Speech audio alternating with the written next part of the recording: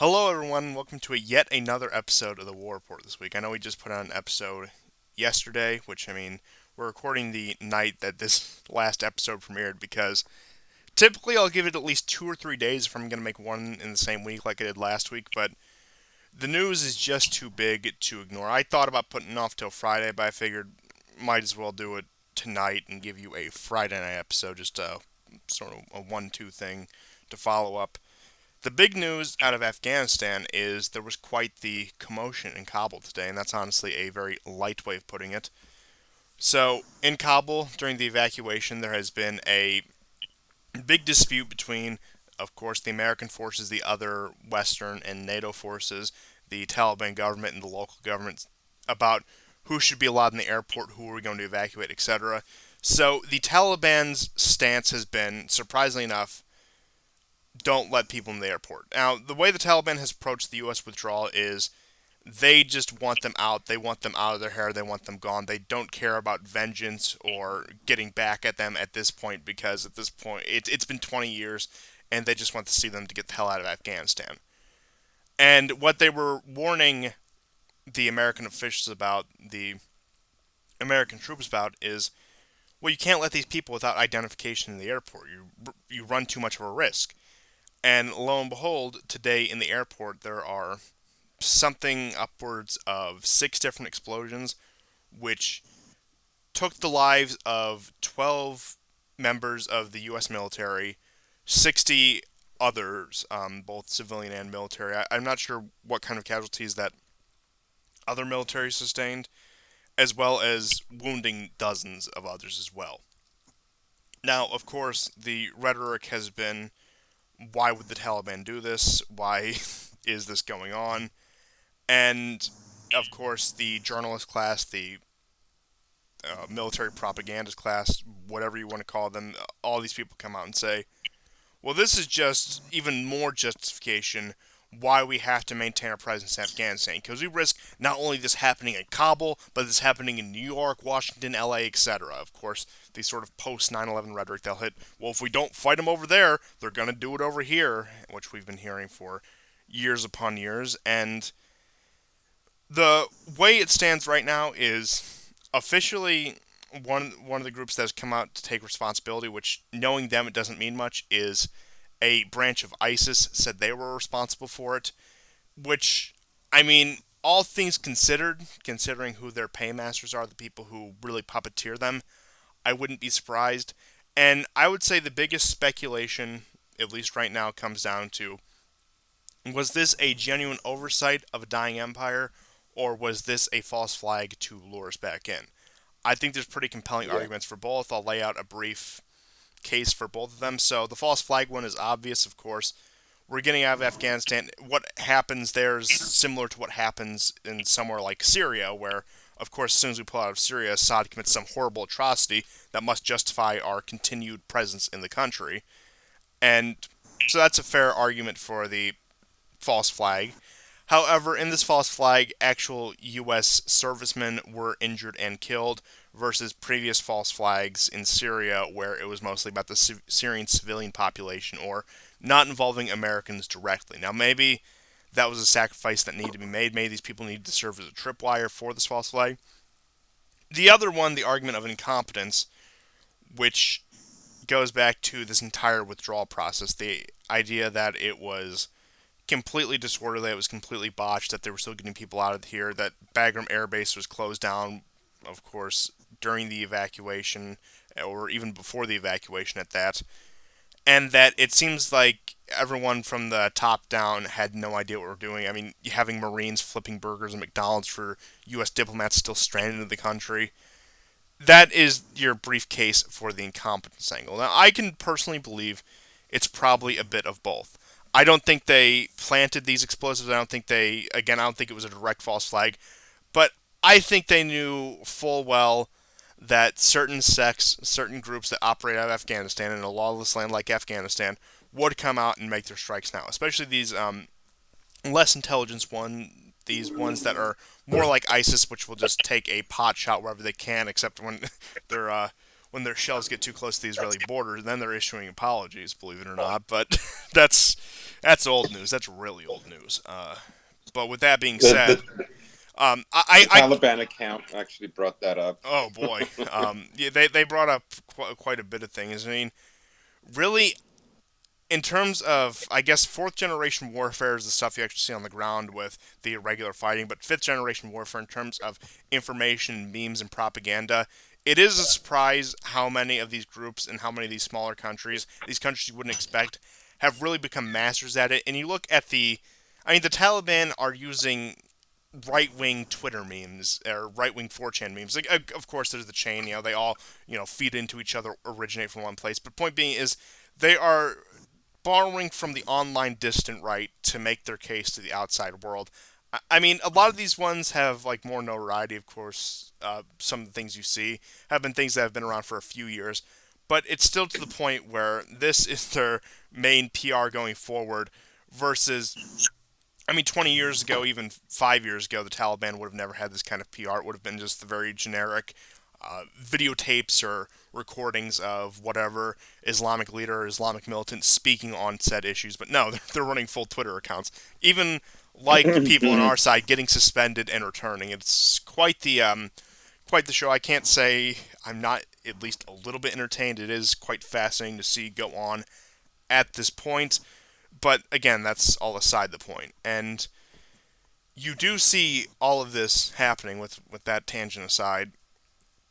I think if there's a fair argument that, of course, this entire thing has been due to incompetence, not the incompetence of one administration or a group of officials in the Pentagon, but just the incompetence of an empire that is in decline, combined with the maliciousness of, hey, we can use this blood as justification for further action there. Now, in terms of speculating going forward, what you were bringing up to me before the show is that part of the peace agreement negotiated under the Trump administration, the Trump regime, whatever the hell you want to call it, was that of course we have the authority to go with impunity, strike whatever targets we want if we feel threatened by them. So you have proposed that within the framework of that agreement, they're using Yeah. this to turn Afghanistan into a Syria style situation where, of course, they can't maintain the sort of permanent presence they've maintained on the ground since 2001, but they can maintain a small tripwire of special forces, if you will, enough people to drive a wedge in the country in order to keep it just destabilized enough to put that, again, to serve as that wedge in Central Asia between Russia, the Central Asian countries, China, Iran, Pakistan, etc. And of course, you can expect strikes with impunity. The only difference between Syria and Afghanistan is that, as far as I know, Afghanistan does not have its own S-200. As far as I know, the Taliban haven't gotten into the modern age of anti-aircraft defense or, of course, anti-missile systems. Now, it is questionable with how the U.S. equipment left behind and some of it, which I mean, I was partially wrong. Some of it was sabotaged, of course, not to the degree I would have expected. But at the end of the day, like, okay, yeah, they might have these helicopters, but some of them are largely disarmed. They don't have the fuel to continue using these. In terms of the manpower who actually have the know how to use these, it isn't much. And I doubt that in terms of any modern anti-aircraft defense that they could operate it to any great degree. Maybe some, maybe a fraction of what, say, a country like Syria has. But it point being is, of course, American boots are going to be off the ground like 99% of the way. There's going to be that small force of special forces and mercenaries that are still left scattered throughout the country. Who knows what will they be operating? But with U.S. bombs and missiles flying to the country whenever we need them to, whenever we need to keep it just fractured enough to stop any real inroads on the Eurasian landmass, if you will. So it's sort of the best and worst of both worlds for what the people in Washington want because they finally get to put an end to this 20-year blight on the reputation. However, with that comes the blight on your reputation of having sunk 20 years into something like this. But it also gives you the ability to act with near impunity because I doubt Russia or China are going to step up to the territorial integrity or the airspace of Afghanistan anytime soon, the same way you might see Russia do so in Syria or, again, any of these smaller countries that are still more developed and have more of an international presence. I doubt you're going to get that same dynamic with Afghanistan. Now, who knows? There could be a massive diplomatic breakthrough between the Taliban and China that puts us in that situation. But I think things with the Taliban right now are still too unstable to the point where that's probably going to be a long time, if ever, before they get some sort of guarantee from a major power that could guarantee their security against American strikes. Right. I think also what the U.S. wants is to create a kind of semi legitimacy out of the Taliban. If you ignore basically, some of the difficult questions that are being posed to Biden over the last 2 weeks, if you just put that into, let's say, the category of the Biden administration at the moment is not in concert with certain think tanks, certain lobby interests, and the Pentagon, right? If you just put it into that area, into that category for a little while, and just focus on what is it that America wants for Afghanistan. It certainly does not want Afghanistan to pivot to Eurasia. It doesn't want it to belong to a, let's say, a Eurasian pact, particularly one that would also include Pakistan, right? India also would be very much against it. So in that sense, it doesn't make sense. And so, this is an area that America does not want in 2020, 2021. It no longer wants China to be able to find energy needs and rare earth mining needs fulfilled in Afghanistan. Now, in the 90s, that may have been, under certain circumstances, okay, whatever the scale of that might have been. But at this point, no way. China is too big right now. It's too strong. So the point is to keep China out from buying anything in there, or to use, let's say, Afghanistan as a as a transit for uh, oil from Iran, for instance, right? So it's what it has to do is it has to turn Afghanistan into complete chaos, right? And you've heard the term the last week or so, over the horizon threats. We're able to deal with over the horizon threats. We can neutralize them. We can, whatever, deal with them. Uh, and as you said, the agreement that was signed upon, Taliban agreed that America could take out those groups. Now, this is where some of the naivete, I suppose, of the Taliban lies. Or If desperation, the I suppose you could say. It's not like they had much negotiating Yeah, power. that's true. It could be desperation. They could even be calculating. They could even believe, like, well, America has started all kinds of jihadi groups, but a lot of them go rogue, and so on, right? So they can't always count on them. And I think maybe there might be hubris there that they can woo them over. In any case, the group that, like, we're talking about here is ISIS-X, which is a branch of ISIS. Sorry, ISIS-X. It's a new variant. Oh yes, I It suppose you should tell us the real name before we put our rebranding spin on it. so it's ISIS-K, and I And think I'll give you K. 3 guesses on what the K stands for. I'm not going to make that mistake on air. If I speak, I will be in big trouble. Oh no, Killers. Kings? I don't. Wait, I got it. I got it. I don't. Never mind. I Move think on, it's a please. region in Pakistan that borders Afghanistan, Uh, uh, uh, the th- Khorasan or something like that. Certainly Be, not Kashmir or anything like that. But no, I mean, I can't say the real answer on air. As like you said, if I speak, I will be in big trouble. But do continue.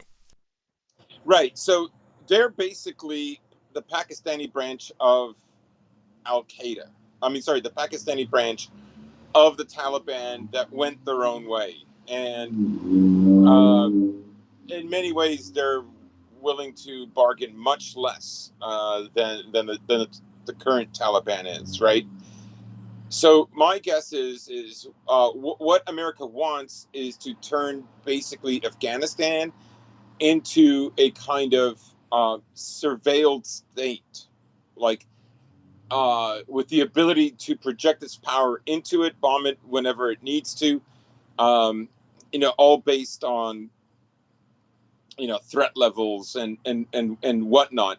And they can Again, to always make the hide this under the comparison, what they wanted Syria to be and versus what it ended up being. right. And there's also parallels with Israel and Gaza in this respect, right? So this there's enough that within this framework, they can act as if they're doing it on behalf of the Taliban, right? So um, maybe the Biden administration is hoping that people will accept the Taliban to a degree under these circumstances. And of course, if things sour between them, like let's say the Taliban does sign a deal with China, right? Like a week before Kabul fell, a little over a week before Kabul fell, some of the Taliban's representatives were in Beijing, and they were asking the Chinese for surface-to-air defense systems. Let's say something like that happened, right? Well, ISIS K wouldn't like that, right? And they would do something. They would disappear into civilian areas, and of course, America would bomb them. They would take out some, and then they would kill some people, some kids, some goats, and whatnot. And basically what they want is Afghanistan to continue to be a place that no one can take advantage of, right? Not as a transit, not as a source for anything, and definitely not to belong to a growing Eurasian pact that is now competing against the EU and the US. I think another angle we need to consider here is the Northern Alliance, the again resurrected Northern Alliance, made up of mostly Tajiks, who are the again second largest ethnic group in the country, and that there could be a double strategy regarding them with the West. Now, of course, the West was initially very supportive of them. Funny enough, the original Northern Alliance was very close to the Iranians, but it does make you think that you have mostly Tajiks, and of course, Tajikistan proper is on the other side of the border to the north. It could be a wedge both in Afghanistan and potentially a wedge in, again, pushing into Central Asia. So I wouldn't be surprised if you start to see the political class, the journalistic class, the usual suspects begin singing the praises of this group tucked away in northern Afghanistan, reviving the fight against the Taliban like they did all those years ago, like when they helped us liberate Afghanistan in 2001. So, of course, you're going to see the propaganda about ISIS X, which I think sounds much more ominous, which is the name we're going to stick with. And, and of course, you'll have the propaganda, how we need to take them down, we need to take care of these security threats, but you can expect maybe not the same level of support, but the Kurd-like glorification of the Northern Alliance is what I think they will probably try to do. These brave heroes stuck in the mountains, the last remnant of resistance of the true Afghan government, of the people we abandoned, and shouldn't you feel sad that our government let these people down? They let down these heroes and these allies of our, similar again to how they did when Trump wanted to withdraw from Syria, how they acted about these Kurdish groups. Trump betrayed the Kurds. The SDF is our second greatest Yes. ally after Israel, of course. And I wouldn't be surprised if that is also another angle to come at this from, since, of course, the new boogeyman, ISIS K, ISIS X, ISIS 2.0, the ISIS Delta variant, whatever you want to call it, is on the ground. The Taliban, of course, are the resident bad guys in control of the country. So, who are the heroes going to be? It's going to be, of course, these brave unsung heroes, these fighters up in the mountains, these brave Tajiks, and wouldn't also be convenient if their ideas and movements spilled over into Tajikistan proper, where there's a large Russian presence and where the former Soviet Union was. Wouldn't that just be the most convenient thing in the world? And where China also has made some inroads. So I think that is the angle they're probably going to go with over these next few months. Though they're going to hit on those three key points, even though they haven't really brought up the Northern Alliance point yet. But I still think it's early. I think it's something they're going to try to do moving forward. Well, yeah, I mean they're waiting to see if they've got what it takes to receive, let's say, better funding. At the moment, it doesn't look like it. They've, as we said on the last show, they've retaken not necessarily an entire province. They've taken over a city and the region immediately around it. And the former prime minister of Afghanistan is there, or I guess he's the vice president. In any case, that's who's there, and he's still claiming now by default to be the president of Afghanistan. Oh, some sort of Which, government exile deal up in the liberated regions. They're really going to try. yeah, The but you Guaido of Afghanistan. That's who he is. but you don't see America really playing that up. There's not an awful lot of news on it, and that tells you something, because optically it could work. Optically, America could say there's a Northern Alliance and we're going to back it, and that's why I say that if it was more capable, they might do that. But again, what they don't want a clear winner that could be swayed one way or another, and Oh, of they course already they know want Afghanistan they is want it the like Syria. There's a reason why they yeah. haven't put. There's a reason why they keep the Kurds in that sort of limbo and the so-called SDF in that sort of limbo, because it's a perfect wedge. They're in a powerful position, but not powerful enough to really contradict American interest or imperial interests in the region. And I think ideally they want something like that in Afghanistan. And now I do think they will wait and see how successful this group is before dumping a bunch of funds on them, however. But Hmm. I do think you have a Well, I point. mean, That is the strategy going forward, of course. Just fractionalize Afghanistan, if you will, with no faction really being able to assert its will over the country. And that really, again, it's like Syria, but they're actually able to do more of what they want in Syria. yeah, and there was an article from a few days ago by Jacob Majid, who said U.S. pullout from Afghanistan frees up resources for Israel. Biden official says. This is ahead of a Bennett meeting. Now, notice that Bennett came in today to meet with Biden, and of course that had to be postponed. Wink, wink. I mean, was it postponed? But it's interesting that Bennett shows up on the day that this happens. So, uh, I'm going to press doubt. That certainly has something to do with it. So America can't keep, let's say, according to the agreement, the kind of troop presence that it has in Syria, or the kind of presence that it did have or continues to have in Afghanistan at the moment going forward. So it can't do that. But I think what it's basically saying now is that if we can't do these big invasion wars, we can probably like really evolve into the surveillance army, where fighters are farmed out. You notice America is doing that more and more because the public appetite for these wars has severely diminished in the last 20 years. Most people were done with them immediately after Osama bin Laden was taken out.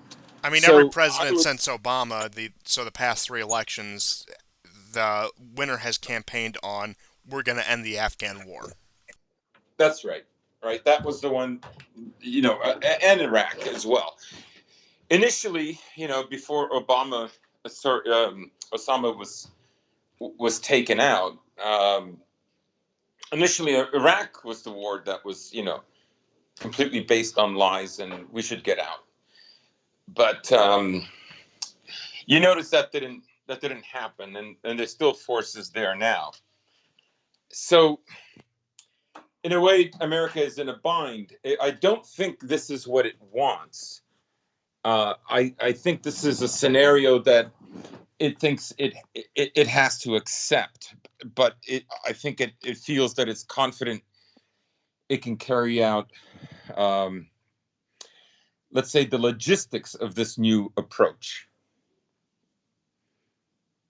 Oh, certainly. And again, it goes back to the point that any conventional invasion in the way that Afghanistan 2001 or Iraq 2003 was is completely off the table. It's just not going to happen, and especially with Afghanistan's geography and the change of the situation there. Whereas, of course, after 2001, after 9/11, the United States had the support of almost the entire world, where you had large deals of both Iranian and Russian cooperation into the initial invasion of Afghanistan. That's Not so right. much now. So that just takes the and not to mention Pakistan. Of course, we put the screws on Pakistan with their ties to the Taliban almost immediately after the attacks, and who knows how that's wavered with the way U.S.-Pakistani relations have gone. But with all that being said, is there's no avenue for any sort of conventional force to enter, and even a Syria-like situation with at least the number of troops we have in Syria compared to what we could realistically field in Afghanistan is optimistic. However, without the air defenses, without the anti-air systems, it does make it much more of a open field, so to speak, when it comes to American strikes on the country. Now, that might change, who knows? The Taliban in China could come to a major diplomatic breakthrough and they do get the anti-aircraft systems and the know-how to operate them. I wouldn't put a guarantee on that. I wouldn't even say that's likely, but it certainly is within the realm of possibility. And who knows what time frame that could be? That could be a few months, it could be a few years. I've explained why I don't like time frames anymore with just what an absolute disaster everything has been lately. But it does make you wonder about the internal state of the regime. How much does Biden actually run things? And this has been a pretty fiercely debated topic since he assumed office, and especially more recently in light of this Afghanistan situation. Is he just an old decrepit man who isn't really running the show, who they card out to give some speeches and answer some questions every once in a while? Or is he truly in charge of the show? Now, I think the answer lies somewhere in the middle. For example, among his administration, he more or less has control.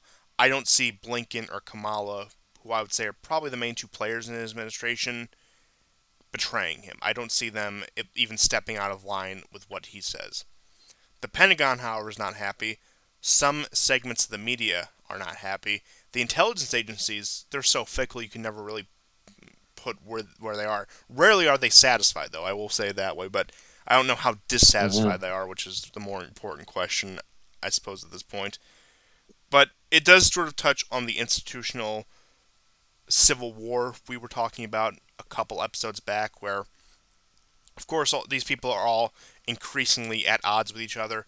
They are still part of running the same empire. They all are apparatuses in this system, but as time goes on, their interests are less and less in line with each other.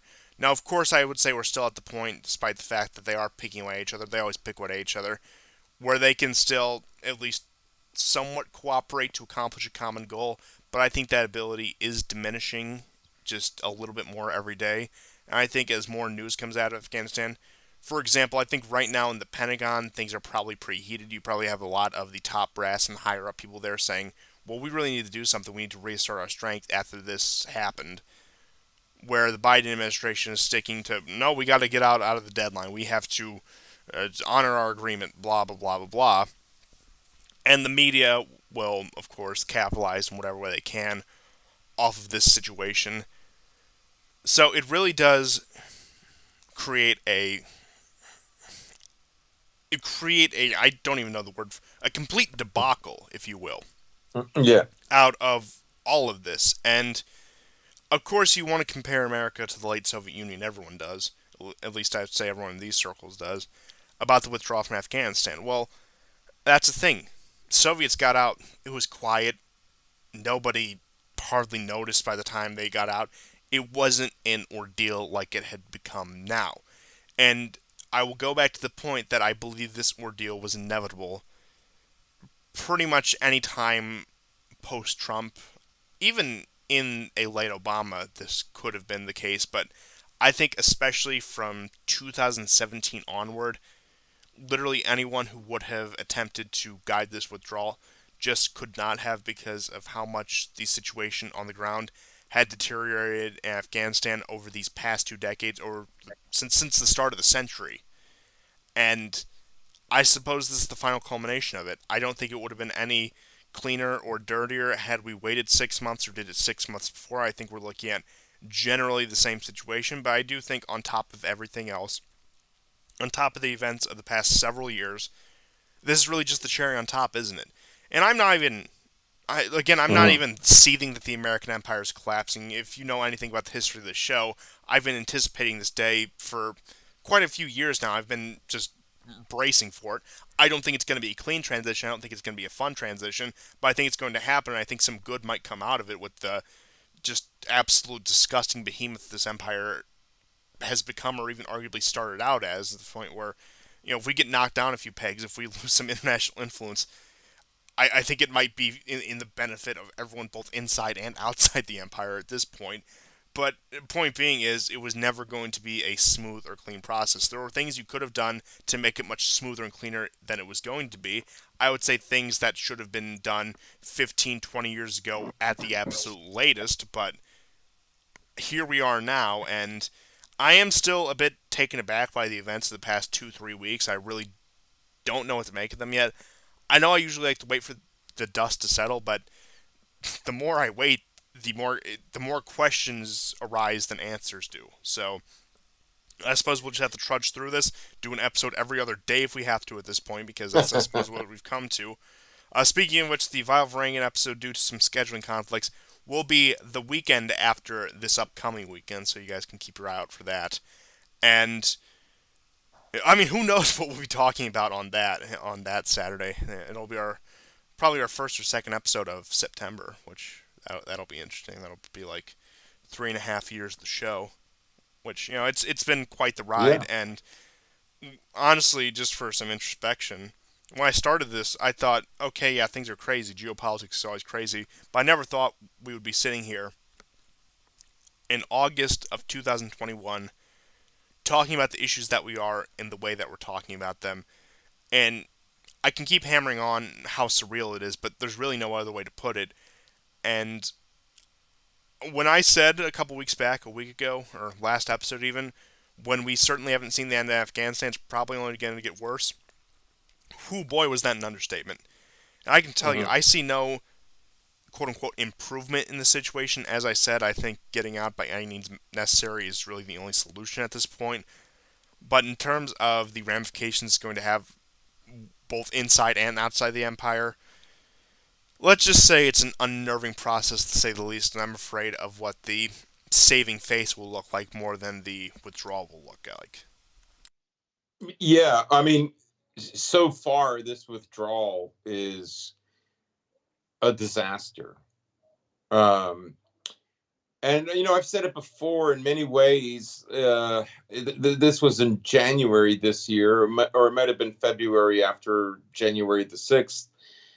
I said it doesn't matter. Every gay op that America does at this point will only come back and hurt it. It's Diminishing returns. That's why I've been putting on yes, it since 2019. yes, diminishing returns. There's really no, well regarded, probably for all the wrong reasons, but let's say there's no mainstream media YouTube channel that when things like this happen, people don't say false flag. Like, in other words, after 9/11, people don't trust America, right? And it really isn't And that's the when it leader of became the world obvious. anymore. What's that? And 9/11 is just when it became obvious. Of course, there were these sentiments underground Yes. before. I would say, I mean, of course, the conspiracy theory scene probably started at the earliest in the 60s when a lot of, I mean, after, of course, JFK. JFK, Vietnam, a lot of the stuff, and Nixon's impeachment, Watergate. I would say those are the key events that really diminished trust in the regime. But in terms of a point of no return, in terms of irreparable damage, certainly Yeah. 9/11 and the War on Terror, and then everything from that point onward has only dug this hole deeper to the point where if we wanted to get out of it, that would have been 40 years ago. And there's realistically no way out but through, so to speak. It's just something you have to. There's no going back, is what I'm getting at. Yeah, there isn't, and I remember when 9/11 happened, I said, all the lies that like that are being employed right now, and all the lies that people want to believe, uh, eventually this will come back. There will be an enormous price to pay for this, and here we are. So, the other thing I actually wanted to also talk about was Biden's speech today, which I know a lot of people were quite happy with it. I think, like his last speech, he does have a certain tight core of people who are, let's say, supportive of him, almost no matter what he does. Um, Biden's Fedayeen. Who would have thought we'd see the day? right, but I think when people talk about, this was Trump's fault because he signed the deal and he allowed 5,000 Taliban to be freed and so on. It's like, yeah, those are deals. That's what a deal is. You don't like that? Well, I mean, okay, so change Afghanistan completely. Flooded. I don't know. What do you have to do? Flood it with Americans and Europeans. So you change its demographics and do that. I mean, that's the way the British dealt with it. That's what every other empire did before. But America isn't willing to do that, and it won't do that. That was just in the first 2 centuries of its existence that they did that on the North American continent. And they're not going to do it elsewhere, right? So I think that people really have it wrong when they bring up these facts. Biden was always well aware that there was bipartisan support for getting out of Afghanistan. Maybe not the deal in particular, but even that had some bipartisan support. And when I'm not trying to protect Trump, but I'm saying for the Taliban to give America the right to strike anything in Afghanistan whenever they think that there is a credible threat and the Taliban just has to take it, right?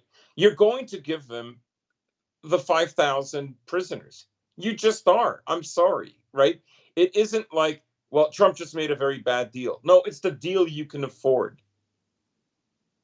So I think this is cope, and I see Spencer posting this stuff. It's absolute cope. Um, he's another one of these, dissident right or former dissident right guys that have been just wrecked. After Charlottesville. So I would say that that's the deal that America can afford at the time, and that's what they're willing to do. Now, there's other areas, and I would say Biden that is, yes, there is a lot of people like who are just I think stuck in this mindset that we have a lot more bargaining power than we realistically do, and people who yeah, maybe in theory wanted to see the collapse of the empire, but when they started to see it, they realized what it actually entailed. Which I mean, fair enough. It is a pretty gut wrenching thing to see. I'll admit I'm not the happiest about it, but I suppose I've just learned to live with it. I suppose there hasn't really been, at least in the time I can remember, an upward incline. No, not really. But I suppose that's what happens when you grow up with all your memories post 9/11. But that's aside the point. But mhm, it is interesting that you see this almost across the spectrum from, of course, your establishment neoconservatives, your MSNBC liberals, even some people, as you were saying, on who are either in our circle or formerly in our circle, people who, again, sort of the online right taking these positions. And it becomes this thing where I think a lot of people just aren't ready to face reality that Trump, no Trump, Biden, whatever, red team, blue team in power, that you're on a sinking ship, and that is a yeah, lot of information to process. That is a lot to take in, and maybe it's due to our relatively pessimistic attitude since about what 2019, probably much longer for you, that it doesn't really hit me as hard. Now I'm sure if material conditions start to deteriorate, I'll fully admit My material conditions in my personal life have not affected me, so that probably does have an impact on my worldview. Of course, we'll see what certain mandates do to that, but we're not going to discuss that, at least right now. And again, but I Right. could see why And people who held out hope to the end are either in a state of like, oh, how could this happen, or just complete despair. So it is again this very pivotal time, I think, in a lot of people's views, all across the political spectrum.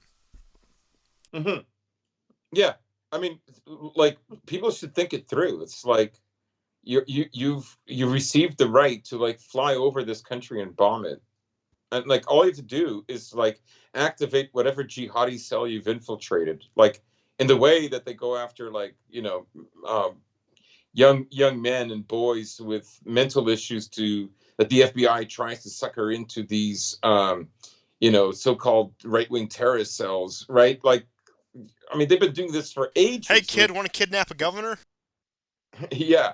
So like all they have to do is, stir that some of that stuff up, and they can go and bomb.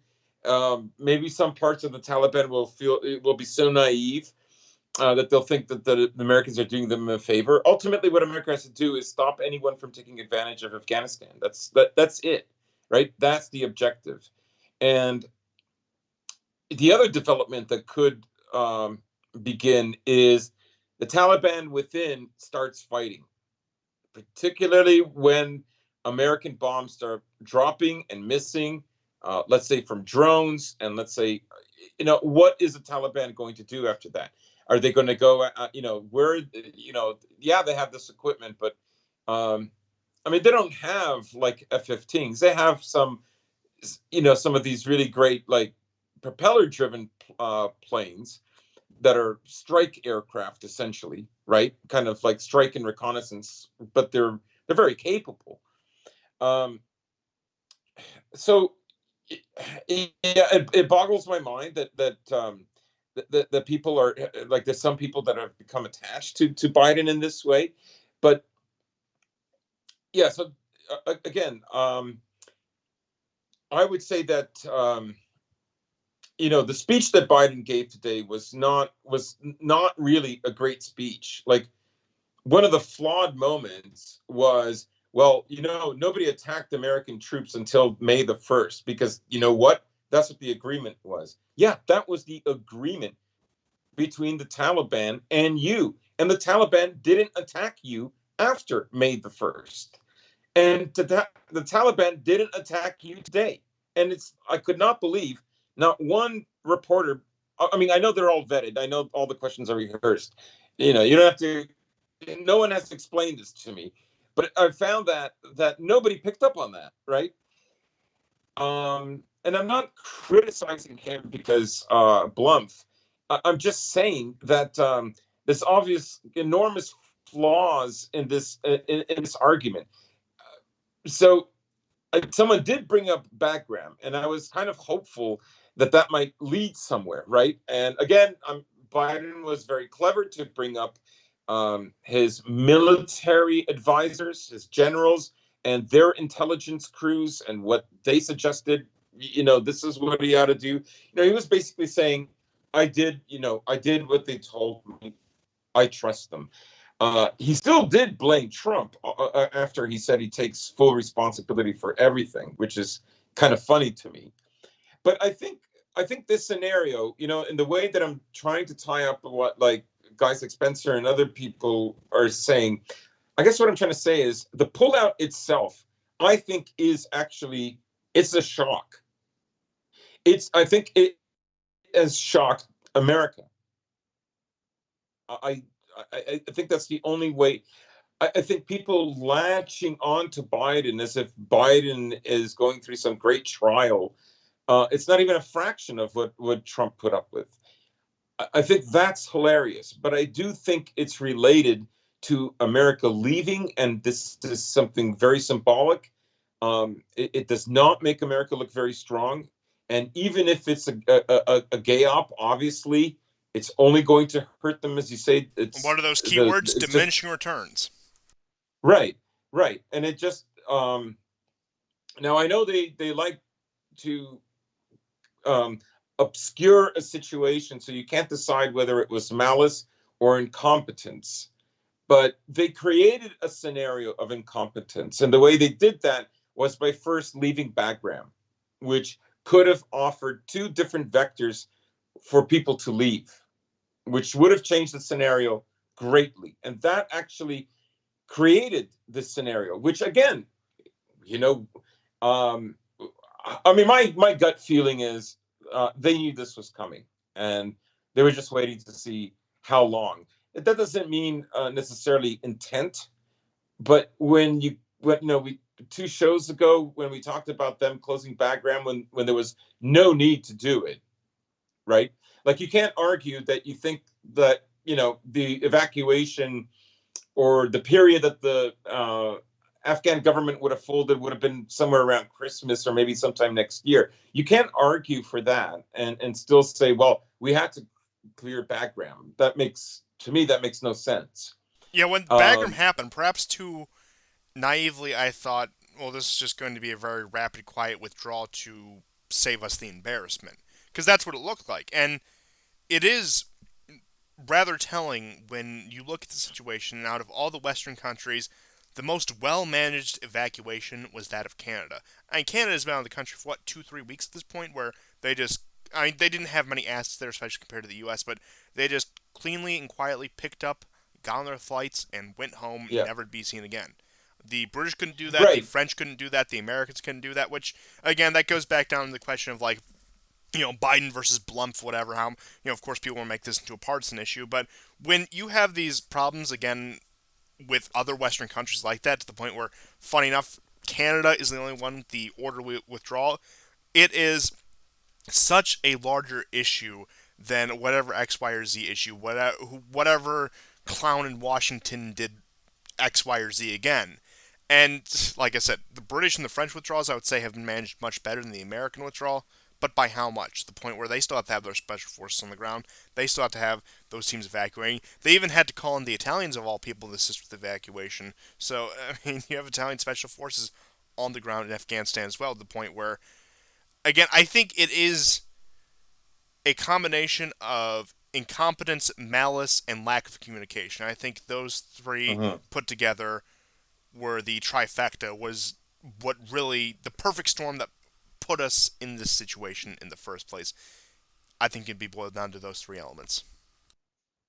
Right, right. And as I said earlier, I think Americans are still in shock, not just this day, but the pullout itself. And I think a part of that is wanting, I don't know, wanting Biden to be a better leader, a better president than he really is a kind of a coping mechanism at this point, because obviously what they're afraid of is there's a tearing of the fabric of America happening right now, and they're more sensitive to, like, especially after last year.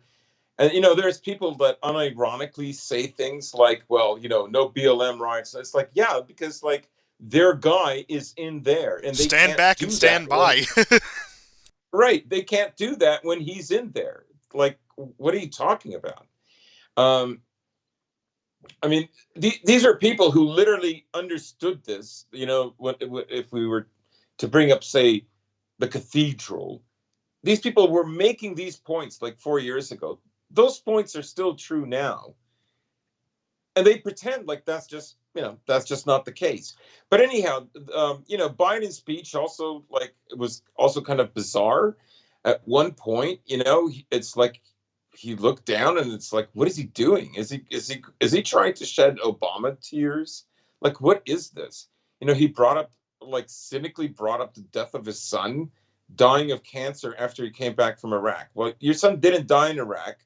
I'm sorry that your son died of cancer, but he's trying to give this like personal story in order to convince his audience that he cares about, like, these 12 servicemen who died, and 60, 70 Afghans who were killed. And a lot of this, of course, has to do with the fact that they've been lifting people who, let's say, they're not citizens. They were helping, but as you say, the operation is so huge, it's so big, and it was up to Biden to plan for it. Ultimately, it's his job, it's his role. That's what he knew that would be waiting for him when he was running for president, right? Um, there were some other cynical moments as well. I mean, I guess the one positive thing I can say is he's committed to leaving, but we should remember, he did say over the horizon. So that means, I mean, I love that part where he said, "We don't forgive, we don't forget." It was like, what is this, a movie? But that was to rile up the right wing, essentially. Uh, and the other thing that he did to appeal to the right wing is to call those young men who got killed, the backbone of America, right? Like, I mean, he hates white rural America. Okay. But he knows he depends on them because 85% of the American soldiers killed in Afghanistan are those guys. Yeah, that was the And majority of the actual active combat troops because, look, the military has 1.3, I think it's 1.3 million active personnel, or that could be in total. But point being is, out of all our active personnel, a very slim margin of that are people who are actually trained and ready to go into combat at a moment's notice, and the majority of that are mostly white Southerners or just white ruralites in general. yeah, yeah. So anyways, yeah. So cynically, he brought them up, and I think maybe the worst part of this speech is when he brought up the passage from Isaiah. I mean, of course, he's going to choose Isaiah because, America's Judeo-Christian, and who shall lead the way, and he says, "I will, Lord, I will." Like, he just described like this horrible botched evacuation, and then he wants to do a rah-rah speech about how, well, you guys should be, you're fighting for the Lord. It was literally America's messianic message that it's had for years, but this time, for a woke America, right? That's what you're fighting for. And I just found that so reprehensible. Like, I hope that, like, other dissident rightists, like, picked up on that, and, like, we should be disgusted by that. Oh, certainly. I mean, I would say the Biden administration as a whole, the Biden regime, whatever the hell you want to call them, is really the culmination of the neoliberal paradigm of America. It is what it was realistically all leading up to, especially after certain key moments, certain key geopolitical and internal political moments, that there was no other way it was going to end. Now, maybe it wouldn't have been Biden, maybe it would have been Hillary Clinton, or even somebody on the Republican side, hell, maybe even Donald Trump. But I think deep down, most, if not all of us, knew it was going to end. Maybe not exactly like this, but in a way that's pretty similar to this. Mm-hmm. Mm-hmm. And and also, like, in some ways, like,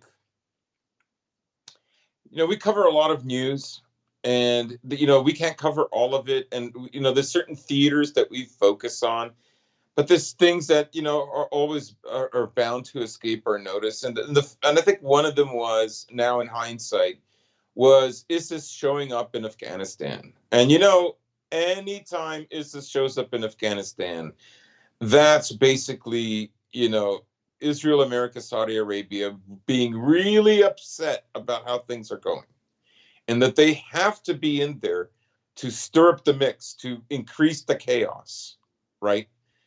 If their side is losing, then ISIS can sort of can fudge things up even more. And ISIS, we know, migrated from Syria into Afghanistan. It's very interesting that happened. And I mean, look, it's already in, if you, every week there's something that happens with Boko Haram in Africa. But generally speaking, and of course, Yemen was another one. but anytime there's a conflict and it's not like things aren't going right, like you may not know whose side America is on in this one, but you know which side they definitely don't want to see win. ISIS will show up, and it's just interesting to me now the way ISIS has shown up and has given America yet more reason to remain there in some way. Okay, this might be sort of a And ham-fisted again, it's comparison, but isn't ISIS pretty much the imperial or foreign policy equivalent of what coronavirus has become within the states? Where it's this thing that is like yeah, ever present, always a yes, threat, to yes, the point where usually they would like cycle whatever the threat is. For example, they used to do like other terrorist groups like Al Qaeda or Boko Haram was another one they've called up. But ever since ISIS arose, that has been the perpetual threat. That has been the one. Of course, has different variants and comes back. Again, the narrative sounds very familiar. Just one on a domestic scale, one on a foreign scale. Where again, like I said, they used to like to change it up a bit and keep people on their right. toes. But now it's just ever so slightly changing variants of the same thing in perpetuity. And I do think, of course, ICE showing up. I would have figured at this point they would slap together some other name for a jihadist group. Maybe, I don't know, maybe like the Army of Allah or the Islamic Brigades. Or, I mean, these names are very easy to come up with, especially when you translate them from Arabic. They're all almost something like that. I mean, for example, Hezbollah is Party of God. Taliban is Students of Islam. What is I can't remember what Al Qaeda is, but I think it's something like again like Warriors for Allah. But point being is these names are so interchangeable. They're so easy to come up with. You figure they'd at least find some group that has been relatively Yeah, unheard of. Build them up. Maybe they used to be part of ISIS, and of course, all these groups are splinter groups from one another because they're such ideological purists they can never stay united. And of course, there are pragmatic means in that in terms of, well, how can we get this foreign funding? How can you get one up over the other guy? But you figured rather than literally ISIS K, they would come up with some group nobody had ever heard of that is this new dangerous militant group. But I guess not. I guess that is where we are in this current state with the American Empire. And I suppose with imperial decline becomes a decline in creativity as well, because that's honestly what it feels like. I mean, this thing just seems like a broken record. They could go on this over and over and over again.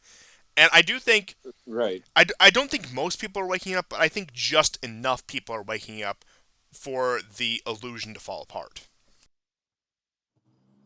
Yeah, I mean, people are sick of it, right? And I think they know that over time, the moral will of the population isn't there, and some people just basically tune it out, and some people get really angry about it.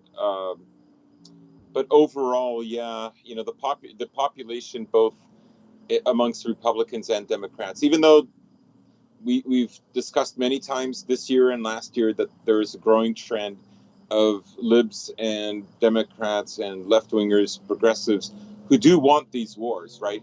Who do see that America, though not perfect, is still the vehicle in order to fight fascism, I mean, right? I pretty mean, much what you can you'll find, consider the progressive left and people like that is they were the temporarily disinherited heirs of the American Empire because, of course, with the resurgence of the religious right in the 90s and 2000s, they felt isolated. But from, I mean, the 40s onwards, and you even want to go back to World War One, from the 1910s onwards, the American Empire has always been an extremely liberal project, which is, yes, again, a bit of an inversion of other empires, except I suppose maybe the British, where it's been a very conservative, very chauvinistic, very, I guess you could say, patriotic endeavor that we must spread our ways and our ideas across the world. That's always been on the very liberal spectrum of the United States, except briefly, I would say from like the 80s to the mid 2010s, where it became, at least on the surface, much more of a right wing endeavor. And I think that these left wingers, these liberals, are starting to realize this empire had been their project from the beginning, and they're going to reclaim it, and they're going to fix it after all the damage that, of course, Bush or XYZ did. But of course, we're going to rehabilitate Bush. He's look, he's hanging out with some talk show host. Look, oh, he's at a baseball game. Isn't that just precious? He's just like the rest of us. Again, those sort of things that they always do with the former Republican president. But I do think that, especially in a time of desperation, especially when the empire is in such dire straits, that they're really going to try to at least steer the ship back on course. But again, I think that's a futile endeavor on their part. But Yeah. they'll be damned if they don't try. Right. They'll be damned because I don't think they think that there's really any solution. Um, it's also important to remember that that the involvement in Vietnam was under a Democrat administration, and it ended with a Republican one. And the people, like the way people, if you, all you did was watch news and documentaries, like low tier TV documentaries, or the way that era is brought up, like um, especially in my time, the association was always that Vietnam Nixon, as if like as if the Republicans got um, them into Vietnam and Yeah, not as if the guy helping. who opened relations with China was the big Vietnam hawk. Right, right. So this whole thing about uh, I don't know, uh, uh, blaming this president or that president for this war. Like I say, I'm very sure. Uh, Let me expand. If I'm very sure if Trump was reelected and he was pulling out, they either would have done something so horrific that he couldn't pull out, that he would have to scrap the deal, and they would associate that deal scrapping was strictly a Trump presidency kind of thing, or similar mistakes would have been made. So I'm not necessarily saying that Trump wouldn't have made those mistakes, because I think a lot of America's problems are systemic. They're not really just because of one leader, and I think that too is a cope, right? Like America leaving Afghanistan is a sign of a systemic problem within America, and that's why they even defending a president in a way shifts the attention away from that. That if we just get the right leader, we can steer the ship around. Well, and that's been Um, literally everyone cope from year, from everything from the mainstream liberals to the distant right to the so-called communists. I mean, you see like these like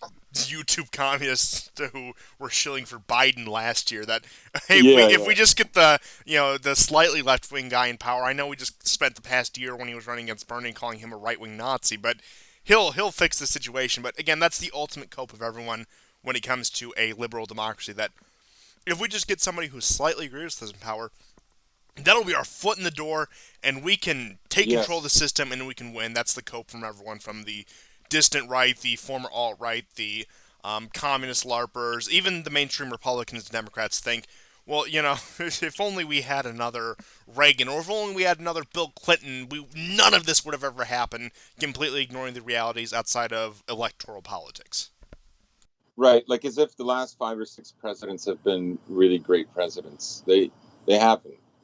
Um, I guess the other thing too is wondering, well, where does America go now? If it has like a kind of surveillance with, surveillance plus relationship with Afghanistan going forward, and this is actually freeing up some of its resources, according to this official with the Biden administration, like what has me worried is that maybe this is going to bolster more support for Israel.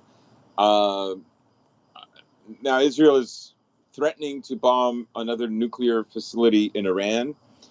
My fear is that America will step things up soon in Syria, because I'm not persuaded that America is going to do much with China. And the reason for that is now China about once a week has incursions inside the Taiwanese airspace, and nothing really happens. Uh, it's asked the British Navy not to cause trouble. In a sense, that's another example of the Americans basically not effectively communicating with their allies. you know, like in other words, the Brits should have known not to go there in the first place. Although I think sometimes especially in light of the Tony Blair article and the subsequent Ah, yes, my interviews favorite based on the Albanian. article. Yeah, yeah. I think I think I think the Brits actually are trying to manipulate the situation here a little bit, right? Um, I don't think it's all naive, right? I do Right, think of course. that I mean, just in general, the British have been in a hell of a situation with the way Brexit was conducted, with the relationship with the Commonwealth countries, the Anglosphere, and just the way geopolitical fault lines have fallen. That sort of left them as what you would call an isolated nation. So their power moves when it comes to sending their ships to East Asia or just the various things that they've been doing makes sense insofar as that's concerned. And of course, just realistically, just because of the current strategic situation, they're still tied, attached to the hip to the Americans, which has taken quite a few both rhetorical and literal blows to them. And with that being said, you bring up a good point with that, and that they want to almost try to reassert themselves that they've quote unquote gained their independence after the whole Brexit debacle, only to have America tell them to temper their actions in the South China Sea or with Taiwan or whatever, or just any of these things. So, I mean, that creates a very interesting situation for the British that I think will have pretty major consequences further down the road, and I think that we should certainly keep an eye on. hmm yeah, yeah, definitely. It's amazing that in many ways that the Brits still have so much faith in this partnership. I mean, Pisaki today apparently had pleaded with ISIS to think how your image will be tarnished if you commit this attack. Uh, it's uh, it's really nuts. Like, what the hell is that? Uh,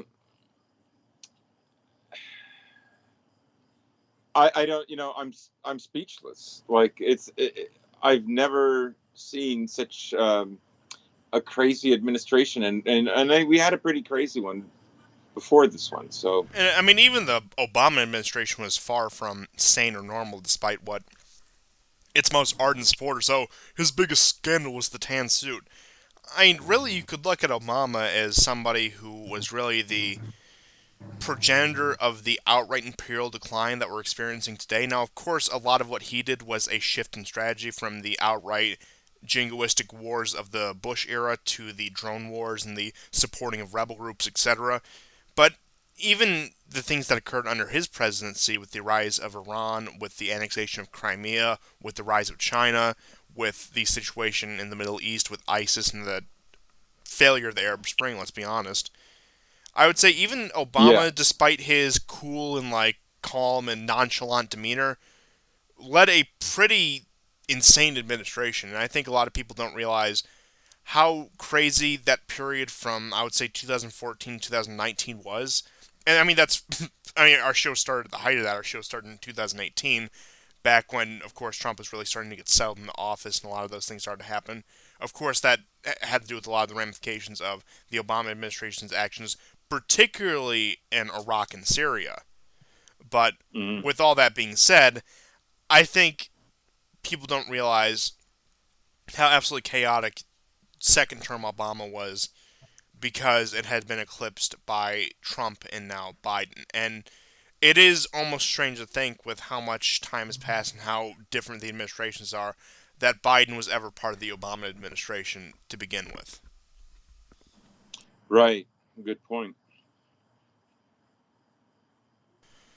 But unless you have any further points about Afghanistan or the just current geopolitical situation, to put it kindly, that's all I had for today. It's a bit shorter than these past few episodes, but I figured we needed a bit of an addendum to yesterday's episode in light of the breaking news. Now, Yeah. watch, by the time this comes out, there's going to be something else that happens. We're going to have to show on Saturday, blah, blah, blah, blah. You know how these things go, but it's Oh, whatever. I know. I know. I We'll guess now the only thing is we wait and see if tomorrow there'll be more attacks. Uh, I don't know. I'm kind of guessing if there's less, um, then that will be considered sufficient. like I say, I think today for top brass American, uh, Intel American, and particularly the Biden administration, today marks the raison d'être of their position on Afghanistan, what their mission will be from 2021 onwards. That's what it's established. That is going to be what will, be the excuse that will be recycled over and over again, right? And everyone will have to agree on it. Everyone is in agreement that it was really really terrible and really really sad what happened today. And well, that's what we have to go in there to not go in there, but you know what I mean. We have to keep a presence in order that it doesn't happen again. And of course, this means that the troops will be on the Arabian Peninsula, and in that area for some time. It could also be a springboard in the way that America says, "Look, this is they're really bad guys," and Mr. Tajikistan, Mr. Uzbekistan, Mr. Turkmenistan. I think you should let us build a base there. I mean, I don't think that's unrealistic. And just to put this all in perspective, the last point I will leave you with right here is it's just 6 months ago, 6 months and some change. I know it was early in the Biden administration, but the most serious action we saw is some Iranian militias were struck by the U.S. in Syria. And everyone thought Yeah, that was a big happening with Syria. You saw a lot of people start to realize, well, wow, liberal imperialism is actually real. Like, we haven't been saying it, like, people like us haven't been saying this for, what, the past 5 years at least, if not sooner. Of course, there's people who predate us, and, all the credit to them is insofar as that is concerned. And now we're looking at the absolute state of the Afghan withdrawal and the American empire in general. And I mean, who knows what we'll be talking about in February 2022? Who knows what the future holds from here? I honestly hazard even to make a guess because of how rapidly the situation changes. And I'm just thinking already, oh boy, I know we're about, what, 3, 4 months out, but our end of the year episode, our 2021 review, is probably going to run us like 2.5 hours at this point, isn't it? yeah. At least. But that's all I had for this week, or this day at least. It's been a day since we've done an episode. That's all I have for now, I should say. Do you have anything else that we forgot? Any last No, minute breaking news? that's all I've got. Well, thank you for everyone for tuning into this episode of the War Report. I know we literally just put out an episode yesterday, but we'll try to keep it twice a week at most, and try to put a couple days between those episodes at least. But with the rapidness at which the news is moving, we're probably going to end up having to do like 3 a week at this point, like a Monday, Wednesday, Friday show. Don't hold me to that. Certainly don't. But we'll do it as often as the news gets too chaotic. Because I mean, I suppose you could make the case that between everything we could have just done like a 3 hour show all at once. But I mean, hey, the news moves fast. The kind of stuff we cover moves fast, and really, this couldn't afford to wait a week. So, we'll see you guys next time, and goodbye. Take care.